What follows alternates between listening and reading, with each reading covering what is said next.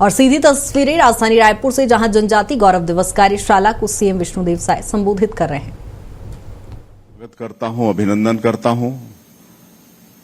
और सबको मालूम है कि पिछले साल भी जनजाति गौरव दिवस को मनाने के लिए इसी सभागार में एक दिवसीय कार्यशाला का आयोजन हुआ था, और जिसमें आज जो भी बैठे हैं यहाँ पर, सरकार के लोग भी, शिक्षा विभाग के लोग भी, और कल्याण आश्रम के भी, और समाज सेवी भी, सभी बैठे थे।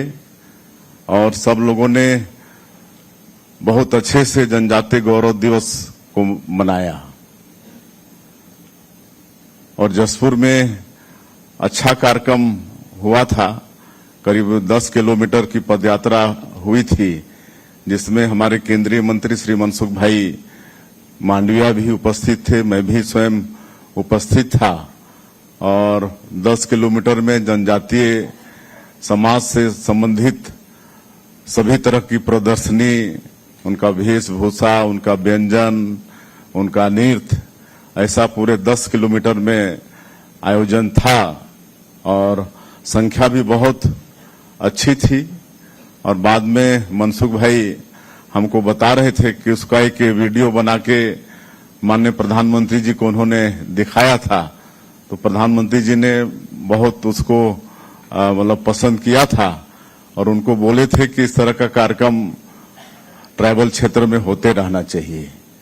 तो मैं इसके लिए धन्यवाद देना चाहूंगा आप सभी लोगों को, जिसमें 70,000 से ज्यादा लोग पिछले साल के जनजातीय गौरव दिवस के कार्यक्रम में शामिल हुए। सब आप सब लोगों के सहयोग से संभव हो पाया। और सबको मालूम है कि ये जनजातीय गौरव दिवस हमारे आदरणीय नरेंद्र मोदी जी ने घोषित किया है। भगवान बिरसा मुंडा जी की जयंती 15 नवंबर को। और आदरणीय बापट जी बता रहे थे कि बिरसा मुंडा जी मात्र 25 वर्ष की अवस्था में अंग्रेजों के दांत खट्टे कर दिए थे, और अपने कार्यों से आजादी की लड़ाई में शामिल हुए। तो आज वो भगवान की तरह सभी वर्गों में पूजे जाते हैं। तो इस तरह से एक नहीं, अनेकों जनजातीय समाज के गौरव हैं, जो स्वतंत्रता संग्राम सेनानी भी हुए, आजादी की लड़ाई में भाग भी लिए, लेकिन उनको इतिहास के पन्नों में जो जगह मिलना चाहिए वो मिल नहीं पाया।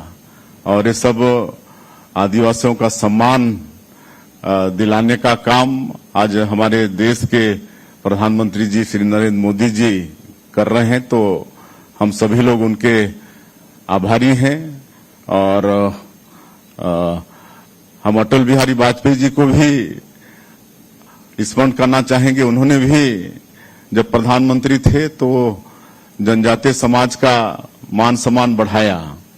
पहली बार उन्होंने भारत सरकार में आदिम जाति कल्याण मंत्रालय का गठन किया। इसके पहले सेपरेट कोई मंत्रालय अलग से नहीं था।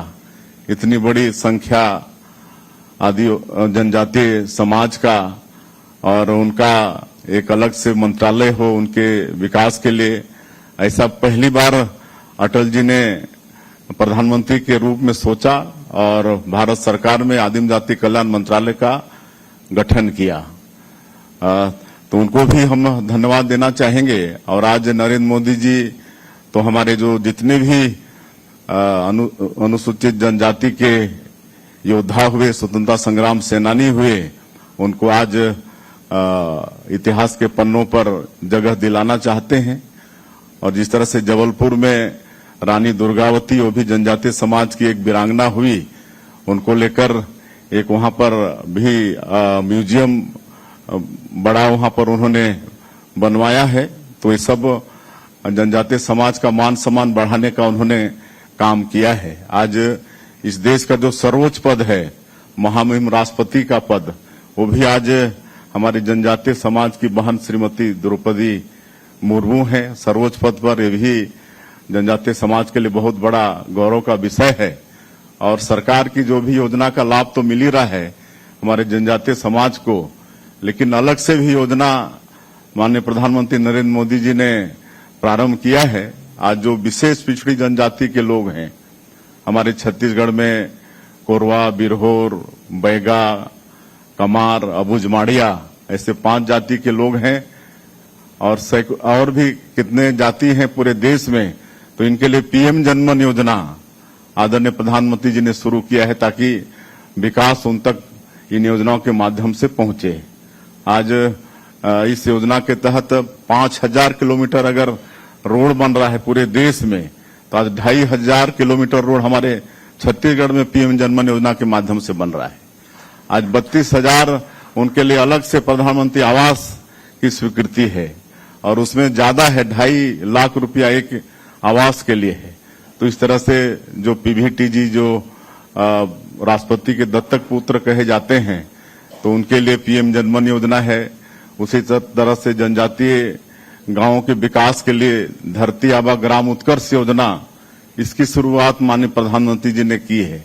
और छत्तीसगढ़ का सौभाग्य है कि 6,600 गांव छत्तीसगढ़ का इसमें शामिल है और इसके लिए अलग से बजट है।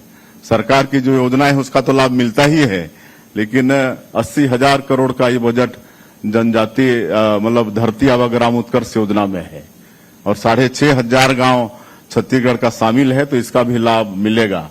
तो इस तरह से जनजातीय समाज का मान सम्मान बढ़ाने का काम नरेंद्र मोदी जी ने किया है। पूरा समाज हम उनके बहुत आभारी हैं। और आप जो का इस सत्र दिन भर चलेगा, कई सत्रों में आप लोग चर्चा करेंगे और हमारा तो ये आग्रह होगा कि पिछले साल शुरुआत में ही हम लोग अच्छा किए और एक नाम हो गया पूरे देश में, छत्तीसगढ़ अव्वल रहा, तो इस साल तो और थोड़ा और अच्छा होना चाहिए। और आप सभी लोग आए तो आप सबसे आग्रह होगा कि इस सत्र में आप लोग चर्चा करेंगे और अच्छे से अच्छा हम लोग मनाएं, इसका प्रयास होना चाहिए। हम अभी गए थे जनजातीय गौरव दिवस के लिए महामहिम राष्ट्रपति महोदय जी को आमंत्रित करने, तो उन्होंने सहर्ष स्वीकारा भी है, लेकिन 16 तक वो विदेश यात्रा में है। तो अगर हम लोग सोच रहे हैं कि अगर एक आध दिन आगे बढ़ा देंगे, एक आध 2 दिन, तो जरूर वो पधारेंगे जनजातीय गौरव दिवस में। और इस साल प्रदेश का भी रजत जयंती वर्ष है और उसमें माननीय प्रधानमंत्री जी को आमंत्रित किए हैं और वो आ भी रहे हैं। और 1 तारीख को हमारा जो विधानसभा का नया भवन है उसका वो लोकार्पण करेंगे और उसके बाद में एक ट्राइबल म्यूजियम आदरणीय रामविचार जी के विभाग का है, वो नहीं बताए, लेकिन एक बहुत बड़ा ट्राइबल म्यूजियम हम लोग बनाए हैं नया रायपुर के अंदर में। और छत्तीसगढ़ में जो 14 विद्रोह हुए आदिवासी जनजातीय समाज के द्वारा, जो अंग्रेजों के खिलाफ में जो 14 विद्रोह हुए, वो सबका उसमें चित्रण है। और शहीद वीर नारायण सिंह जिनको मतलब यहाँ पर जयस्तंभ चौक में अंग्रेजों ने फांसी दी, तो उनका भी बचपन से लेकर अंत तक उस ट्राइबल म्यूजियम में चित्रण है और बड़ा अच्छा है। मैं बीच में 1-2 बार गया हूँ, बहुत सुंदर